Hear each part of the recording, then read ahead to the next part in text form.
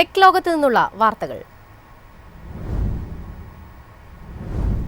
പുത്തൻ ലുക്കിൽ Honda city വരുന്നു. ഹോണ്ട സിവിക്കിനോട് സാമ്യമുള്ള കൂടുതൽ പ്രീമിയം ലുക്കാണ് പുതിയ സിറ്റിക്ക് നൽകിയിരിക്കുന്നത്. ഹോണ്ടയുടെ ജനപ്രിയ സെഡാനായ സിറ്റിയുടെ 2027 ഫേസ് ലിഫ്റ്റിന്റെ പതിപ്പ് ബ്രസീലിൽ പരീക്ഷണയോട്ടം നടത്തിയതായി റിപ്പോർട്ട്.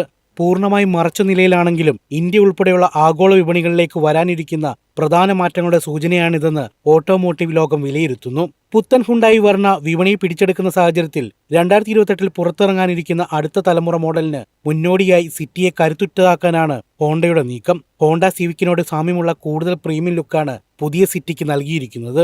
പുനർരൂപകൽപ്പന ചെയ്ത ഫ്രണ്ട് ഗ്രിൽ, ബോൾഡായ ബമ്പർ, പരിഷ്കരിച്ച ഹെഡ്ലൈറ്റുകൾ എന്നിവ പരീക്ഷണ മോഡലിൽ പ്രകടമാണ്.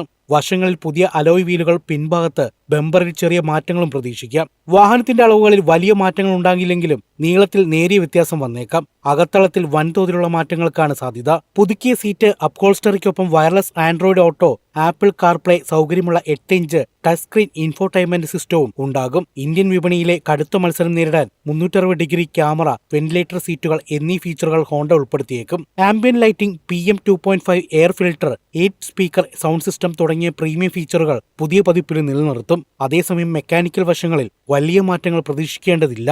News desk, MyFin TV.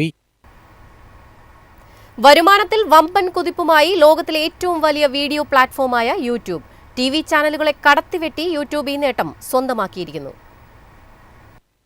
ലോകമെമ്പാടുമുള്ള വിനോദ മേഖലയിൽ വലിയ വിപ്ലവം സൃഷ്ടിച്ചുകൊണ്ട് യൂട്യൂബ് തങ്ങളുടെ ആധിപത്യം ഉറപ്പിക്കുകയാണ്. പ്രമുഖ ടെലിവിഷൻ നെറ്റ്വർക്കുകളായ ഡിസ്നി, പാരാമൗണ്ട്, NBC യൂണിവേഴ്സൽ എന്നിവയേക്കാൾ കൂടുതൽ പരസ്യ വരുമാനം ഇപ്പോൾ യൂട്യൂബിനുണ്ട്. ഡിജിറ്റൽ യുഗത്തിൽ പരമ്പരാഗത മാധ്യമങ്ങൾ നേരിടുന്ന വെല്ലുവിളിയാണ് ഈ കണക്കുകൾ വ്യക്തമാക്കുന്നത്. ഗൂഗിളിന്റെ ഉടമസ്ഥതയിലുള്ള ഈ പ്ലാറ്റ്ഫോം ഓരോ വർഷവും തങ്ങളുടെ വരുമാനത്തിൽ വൻ വർധനമാണ് രേഖപ്പെടുത്തുന്നത്.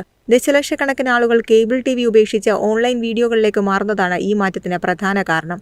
പരസ്യദാതാക്കൾ ഇപ്പോൾ വലിയ തുക ചെലവഴിക്കുന്നത് ജനങ്ങൾ കൂടുതൽ സമയം ചെലവഴിക്കുന്ന ഡിജിറ്റൽ മാധ്യമങ്ങളിലാണ്. അമേരിക്കൻ വിപണിയിൽ മാത്രമല്ല, ആഗോളതലത്തിൽ തന്നെ യൂട്യൂബിന്റെ സ്വാധീനം വർദ്ധിച്ചുകൊണ്ടിരിക്കുകയാണ്. വമ്പൻ മീഡിയ കമ്പനികൾ തങ്ങളുടെ സ്ട്രീമിംഗ് പ്ലാറ്റ്ഫോമുകൾ മെച്ചപ്പെടുത്താൻ ശ്രമിക്കുമ്പോഴും യൂട്യൂബ് അനായാസം മുന്നേറുന്നു. സൗജന്യമായി കാണാവുന്ന വീഡിയോകളും കുറഞ്ഞ ചിലവിലുള്ള പ്രീമിയം സേവനങ്ങളും ഇതിന് സഹായകരമാകുന്നുണ്ട്.